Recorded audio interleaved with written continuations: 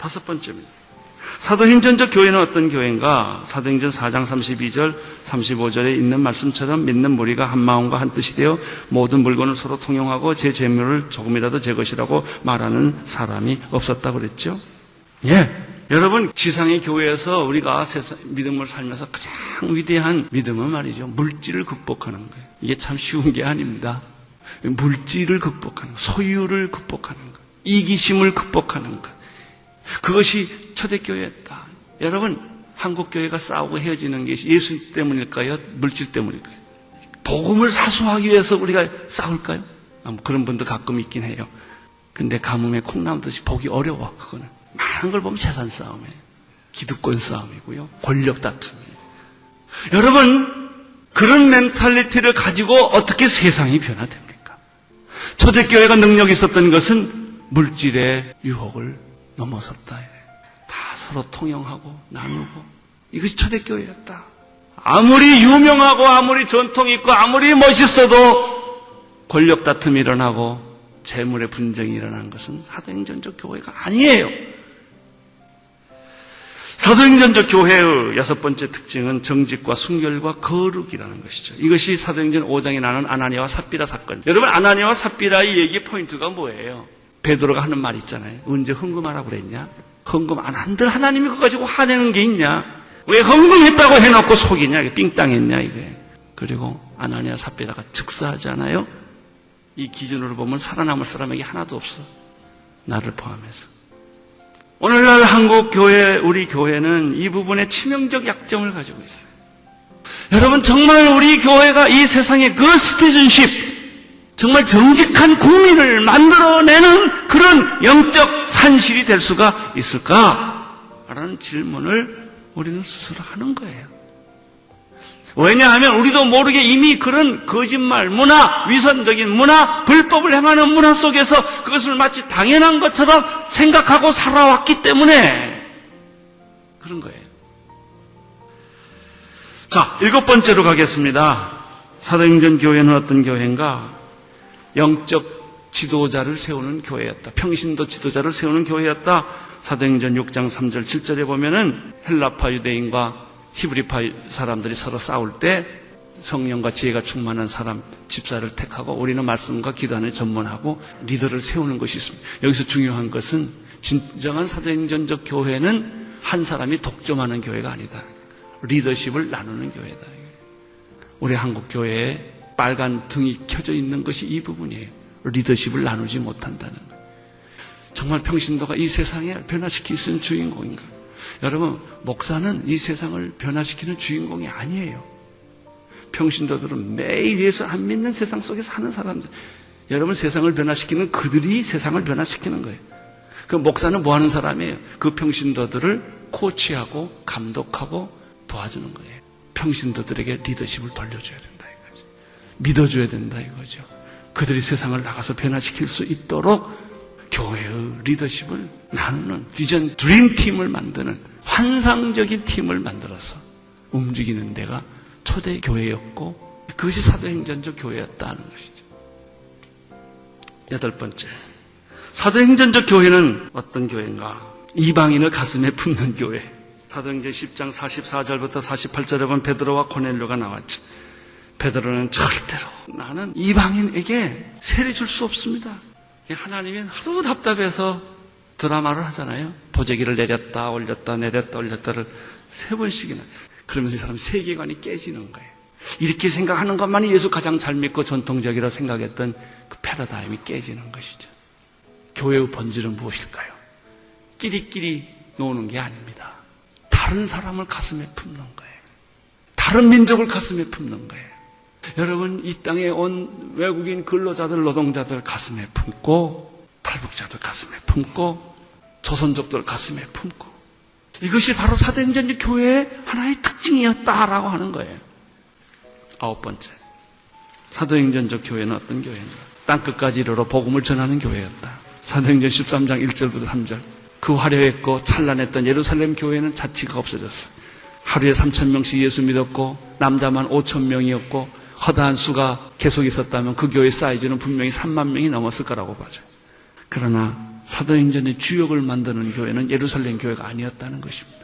사도행전을 이끌어가는 교회는 작지만 왜소했지만 세계 선교의 꿈을 품었던 안디옥 교회였다는 것이죠.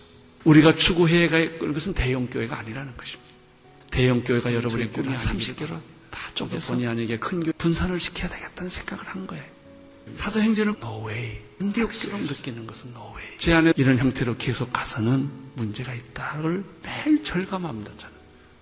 제 아내는 뉴질랜드에서 신학을 할 때 선교산체 10곳에다 편지를 해서 선교사로 가겠다. 다 거절당했어요. 그래서 나한테 시집을 오게 된 거예요. 내가 선교지인가 봐요.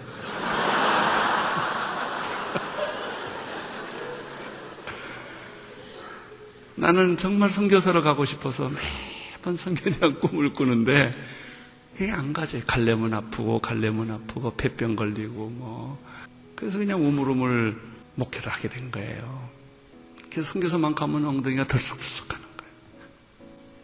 선교란 가장 가치 있는 것을 투자하는 거예요. 세컨다리를 보내는 게 아닙니다.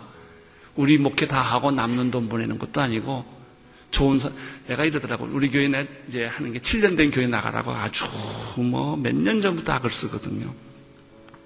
그런데 좋은 사람은 좀 있었으면 좋겠어.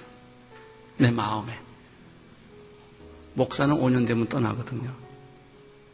근데 좋은 목사는 내 옆에 있었으면 좋겠어. 이게 인간의 마음이더라고. 좀 골치 아픈 사람은 떠나고.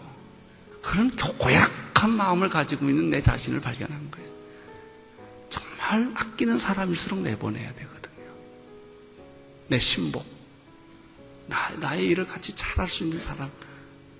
이거를 잘라낼 수 있는 용기와 결단이 선교예요. 사도행전적 교회는 뭐냐?